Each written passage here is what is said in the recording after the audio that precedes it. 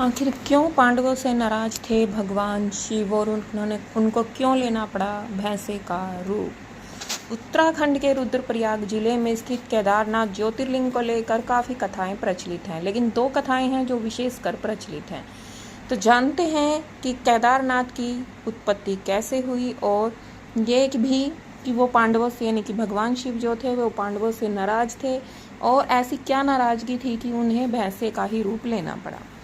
उत्तराखंड के चार धामों में से एक केदारनाथ ज्योतिर्लिंग कई मायनों में खास हो जाता है। रुद्रप्रयाग जिले में स्थित ये ज्योतिर्लिंग पंच केदार का भी हिस्सा है। 12 ज्योतिर्लिंगों में से एक केदारनाथ की यात्रा करना हर शिव भक्त का सपना होता है। यह ज्योतिर्लिंग गौरीकुंड से तकरीबन 16 किलोमीटर की दूरी पर है। इस भव्य और दिव्य ज्योतिर्लिंग की कहानी भी काफ़ी इंटरेस्टिंग है। इसकी कहानी के साथ साथ ही टिकट से लेकर दर्शन और आरती टाइम भी हम इस वीडियो में बताएंगे। केदारनाथ ज्योतिर्लिंग की कहानी। केदारनाथ ज्योतिर्लिंग से जुड़ी एक पौराणिक कथा पांडवों से जुड़ी हुई है।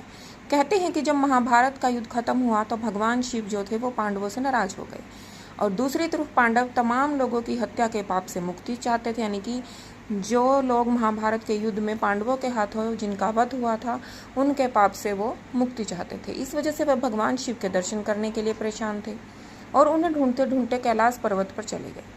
शिव जी तो लेकिन नाराज थे और ऐसे में उन्होंने पांडवों को अपने दर्शन ही नहीं दिए। पांडवों के आते ही वो अदृश्य हो गए। पांडवों ने भी हार नहीं मानी।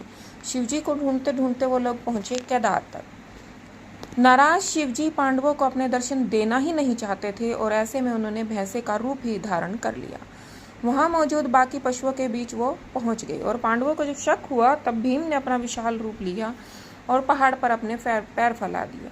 वहां मौजूद सारे पशु एक एक करके भीम के पैरों के नीचे से निकलने लगे, लेकिन एक भैंसा वहीं धरती में लीन होने लगा। ये देखते ही भीम ने तुरंत उसकी पीठ वाला हिस्सा पकड़ लिया, जिस वजह से शिवजी पूरी तरह से धरती में नहीं समा पाए और पीठ वाला हिस्सा बाहर ही रह गया। देखते देखते यह हिस्सा एक पिंड के रूप में बदल गया।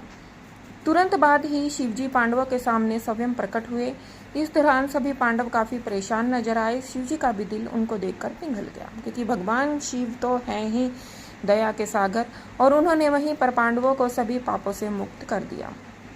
मान्यता है कि पीठ वाला जो हिस्सा पिंड में बदला था वही बाद में केदारनाथ ज्योतिर्लिंग बना। अब इसी प्रकार की एक दूसरी कथा है जो प्रचलित है।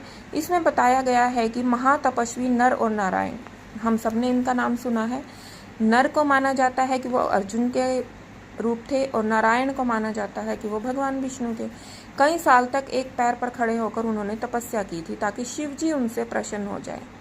उनकी भक्ति को देखकर शिव जी प्रसन्न हुए और अपने दर्शन दिए। जब शिव जी ने उनसे वरदान मांगने के लिए कहा तब उन लोगों ने शिवजी को अपने स्वरूप में वहीं पर स्थापित होने के लिए कहा।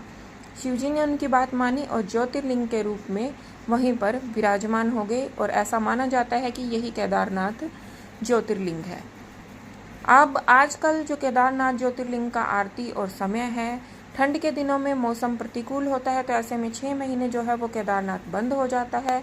हर साल मई में ज्योतिर्लिंग के पट 6 महीने के लिए खुलते हैं। सुबह यहाँ पर 4 बजे महाअभिषेक आरती होती है, उसके बाद 7 बजे के आसपास शयन आरती की जाती है। दर्शन का समय है सुबह 6 बजे से शाम 7 बजे तक। वहीं दोपहर में 3 बजे से शाम 5 बजे तक मंदिर रहता है बंद। टिकट की बात की जाए तो आप इसे अपनी वेबसाइट अपनी नहीं आधिकारिक ऑफिशियल वेबसाइट से खरीद सकते हैं, नहीं तो आप इसे सीधा मंदिर के पास बने काउंटर से भी खरीद सकते हैं। वैसे तो दर्शन के लिए कोई टिकट नहीं है, लेकिन वीपीआईपी और शिखर दर्शन के लिए टिकट है, जो कि भीड़ और मौसम के अनुसार 1100 से 5100 रुपये तक पहुंच जाता है। तो ये थी हमारी भगवान शिव ज्योतिर्लिंग की कहानी कि कैसे भगवान शिव पांडवों से नाराज हुए और कैसे केदारनाथ ज्योतिर्लिंग की उत्पत्ति हुई। जय शिव शंकर।